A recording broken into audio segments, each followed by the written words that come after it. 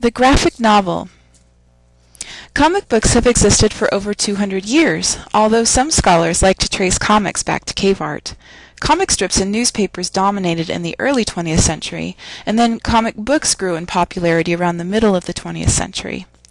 Comics hit a stumbling block in 1954 when Dr. Frederick Wertham accused the industry of causing juvenile delinquency, which resulted afterwards in very tame comics aside from Mad Magazine. In the 1960s, the counterculture began to influence comics, like the crumb image here, reviving the interest in avant-garde comics. Richard Kyle invented the term graphic novel in 1964. The term became popular in associating with Will Eisner's work, including A Contract with God in the 1970s. Publishers began binding serial comics into books. When distributors began selling first to specialty stores, like Excalibur Comics in Portland, before newsstands in the 1970s, the ability to print copies to meet demand, rather than risking printing too much, made the landscape safer for less mainstream publications. In the 1980s, artists began to self-publish, and Raw magazine displayed cutting-edge cartooning. After several boom and bust cycles, graphic novels in the 1990s began to generate more stable money than serial comics. Now, to get a sense of the genre, what I like to do is compare graphic novels to other forms of illustrated stories. So books, sort of novels and stories that just have illustrations, in those kinds of stories, art reflects the stories. But in comic books and graphic novels, art tells the stories. You couldn't just have the story and take out the graphics anymore. They need to be there. In terms of comparing comic books and graphic novels, you may know that comic books are serials or ongoing stories, and graphic novels are longer, more complete stories. Comic books often have a group author. Graphic novels, a single author. Comic books often have a series style, whereas graphic novels have an individual style. And comic books may tend more toward idealistic issues like power and beauty and morality, whereas graphic novels tend toward the realistic, the ugly, and the nostalgic. So let's take a look at some conventions. Artwork, often in comic strip form, is composed of panels in a sequence that conveys stories through separate steps. And notice here's a panel from Paul Auster's City of Glass. This requires literacy to be read, right? You read the panels from left to right, top to bottom, like an English language book. And we make meaning out of that sequence. So we knit these different frames together. Encapsulation is the term that refers to key moments and images being included as opposed to others, right? So we actually don't see, as a camera, like a moving camera would film, we don't actually see all the frames. We see just key frames. So we go from the dark, kind of ovalish with a telephone ringing to the zero, and then we pull back and we see the zeros, the zero on the rotary phone, right? We don't need to see every little movement of that. We just need the little parts, and we make meaning out of that. As with film, we can look at the framing of the panels. So we can look at shape and tone and size and emphasis. We can think about distance, such as a camera would do on a film with a close-up or a medium shot or a long view. We can think about the angle, right? Is this a high angle, an eye level, or a low angle?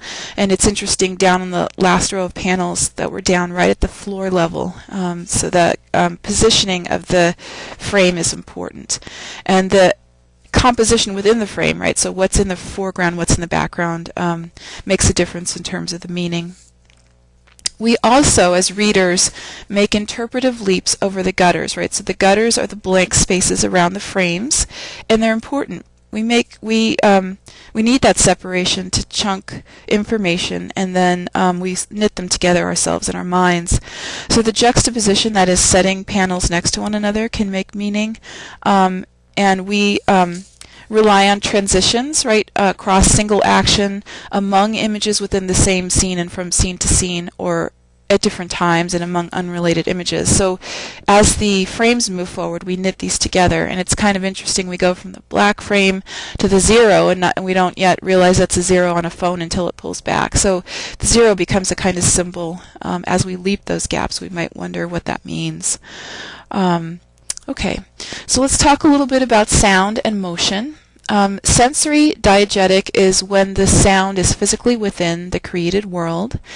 Non-sensory diegetic is when it's in the world, but it's not physical. It's not represented in the scene. And so here we do have diegetic sound. We have the ringing of the phone. And of course we have the narrator's third-person narration, which isn't part of the scene, but it's used, it's laid on top to describe the scene. It's also interesting to note the comics or graphic novels are silent, but they indicate sounds, right? Like the ringing of the phone, or when Batman hits bad guy. They are also still, but they indicate movement. And if you look down at the 3 panels on the bottom, we go from just seeing nothing, dark under the bed, to the foot coming down, and then the foot hitting the floor. We don't need much to indicate movement, but those repeated frames suggest what's going on. The frames can also act sort of like camera movement. We can see panning, we can see rolling, we can see tilting or craning, and those indicate meaning. Lettering is also important. It can convey tone. Here we just have the regular all caps, but then the phone ringing lettering is different, right? Indicates the sound. Color is important. Right here in City of Glass, it's a black and white graphic novel, and yet the saturation of color means something, right? So the dark blacks in the top row and the bottom row means something, right? The dark under the bed. Maybe, again, Quinn has a sort of creepy past or a sad past, so maybe that darkness is symbolic. And so graphic novelists can play with lighting just like filmmakers. The figures are often stylized or outlined, right? So here we have kind of a comic-looking foot. It's a foot for sure, but it's not necessarily done in a totally realistic way, nor is it done like a child's sketch, right? So we're someplace in between. Images in graphic novels need to be understood quickly, right? So icons represent literally. The phone is an icon. Indexes represent implicitly, may convey emotions. I'm thinking about the 0 as perhaps an index. And then symbols represent figuratively. Definitely the 0 could be seen as a symbol. Of course, characters and setting in graphic novels are important. The characters need to exhibit in their illustration a kind of inner life. Of course, the narration can reveal that too, which in film doesn't happen as much, right? Because film, you have to be outside the characters. In fiction, you can be inside. But the emotions can be conveyed by facial expression, position of the head, the direction in which the character is looking. And setting is also important. Usually the background details are sparse but necessary, just like we see the under the bed part. We know that the person's getting out of bed because of that backdrop. So just to review, these are the important genre elements: moment or encapsulation, frame, image, word, and flow. And if you're interested in some recommendations for key graphic novels to read, see the print version of this lecture.